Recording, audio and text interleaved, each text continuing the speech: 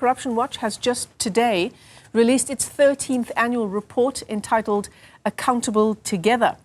This comes as the country navigates a major political shift represented by the Government of National Unity. Let's unpack this report. We're joined by Karam Singh, Corruption Watch's Executive Director. Karam, it's great to talk to you as always, and I have your report here in front of me, and no surprise, I mean, it's in the title of the report as well.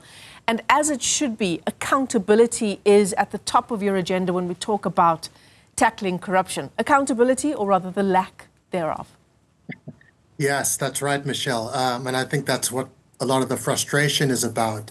You know, we have these overriding anti-corruption principles that we talk about all the time: integrity in public office, transparency, and accountability is really what's been lacking post state capture, post the Zondo Commission, really trying to see the consequences of all the work that was done in terms of, in terms of the transparency exercise, in terms of the historical record.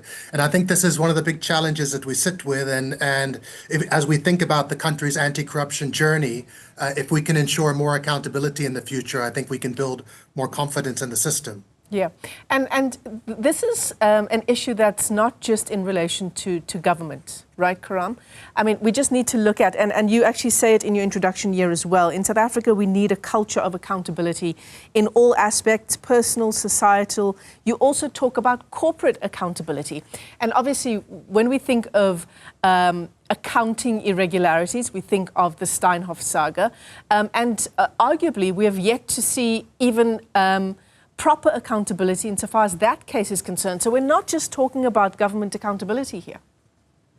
No, absolutely not. You know, and I mean, even the whole story of state capture was a story around enablement and enablers, whether it was big audit firms, whether it were law firms that facilitated money laundering, facilitated a lot of irregular corporate crimes. And you talk about Steinhoff. You know, these cases get enrolled. We've seen some prosecutions. We see some recovery of money. But, you know, there's a real concern, in the corporate sector that these bad practices get absorbed as the cost of doing business, and then it's business as usual. You know, and this points to the concern we have broadly around the enforcement system. You know, not just the weaknesses within the criminal justice system in South Africa, but a kind of global system of banks and other enablers that allow illicit financial flows to go without anybody really ever being brought to book, the occasional fine. Now we see in the United States that they're going to even retreat from enforcing some of these laws, and that creates even more concern about vulnerabilities within the international system to effectively fight corruption. Yeah, absolutely. I suppose that's why we also talked about Steinhoff and the absolute collapse of that company, billions wiped off from the JSE, people losing so much money off of their pension funds, but ultimately described as accounting irregularities instead of what it really was, which was a high-level fraud. Yeah, I mean, you make it sound like it's a victimless crime when you talk about Right. accounting irregularities.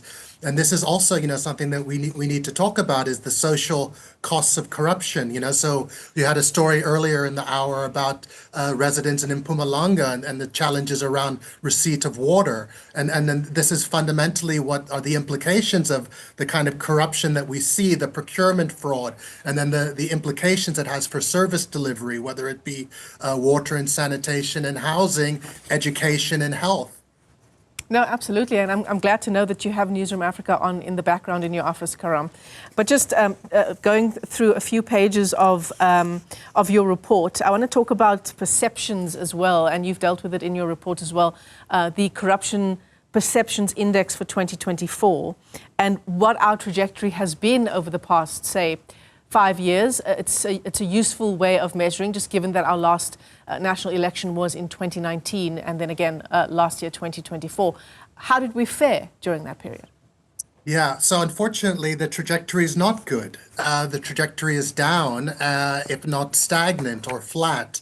So the Corruption Perception Index, the CPI, is an annual report that Transparency International puts out. It rates every single country in the world. It plots countries regionally, continentally, South Africa's had a declining score. South Africa's score is not going forward, and this is also then, triangulated with some of the other challenges we have in terms of being on the FATF grey list, which is about, what's the reliability of the jurisdiction in terms of combating things like money laundering, in terms of what we were talking about on accountability and prosecutions. South Africa is going to get off the grey list. There has been progress. There has been some technical issues around money laundering. The issue is always about what's the real implications in the environment. So, perception-wise, South Africa is not on a positive trajectory.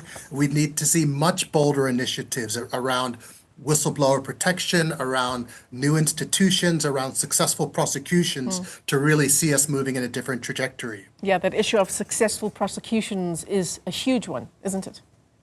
Absolutely. And, that's ultimately one of the big sticking points for FATF in terms of South Africa being on the grey list. And I think it's likely that South Africa will get off the grey list without seeing, a slew of prosecutions. These cases are going very slowly. We've seen some of them struck off the rolls. And, there are even for other investigations that emanate from the state capture report where we would want to see additional prosecution. So we're still waiting for more cases to come. We haven't even successfully been able to prosecute the cases that have already been enrolled. So it's a concern. Yeah. Especially because, you were talking about corruption not being a victimless, faceless crime. And we know just the impact that it has on the everyday lives of South Africans, even just to access a proper flushing toilet. We think about children dying in pit toilets. So definitely not a victimless crime. I want to try and get through as much of your report as possible, Karam.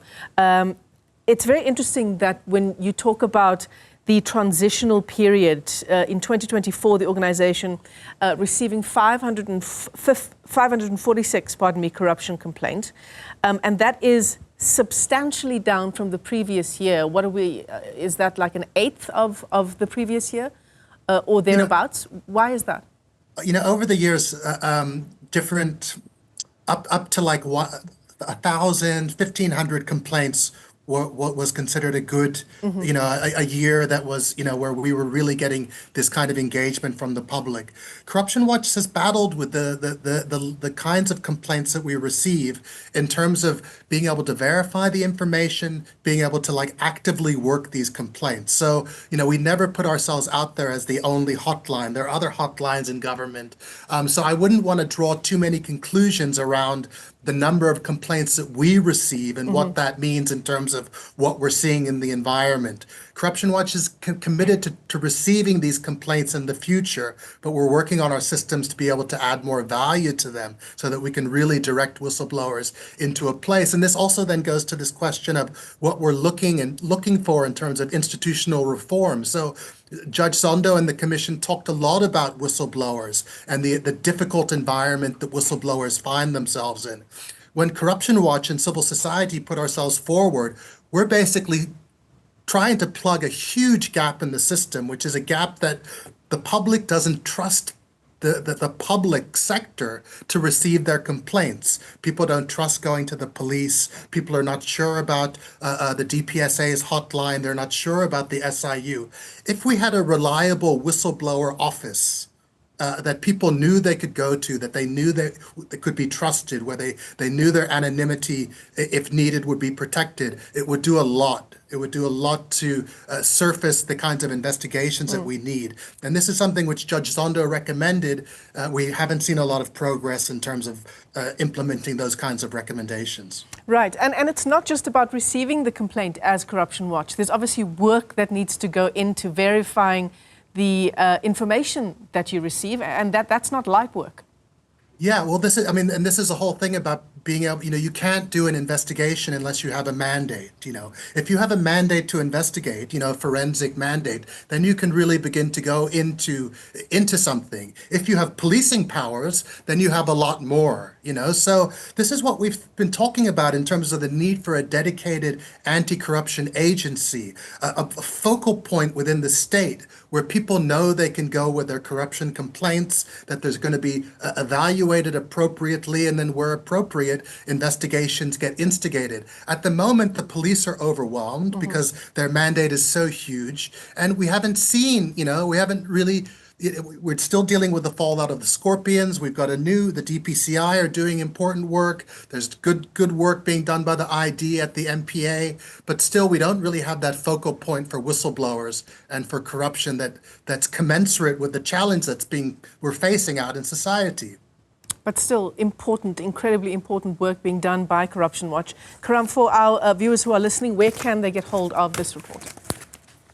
You can find links to it on the Corruption Watch website, which is corruptionwatch.org.za. Very, very easy to get it online. Okay, great. Karam Singh, thanks very much indeed for joining us, unpacking really just a sliver of the work being done by Corruption Watch. Thanks very much again.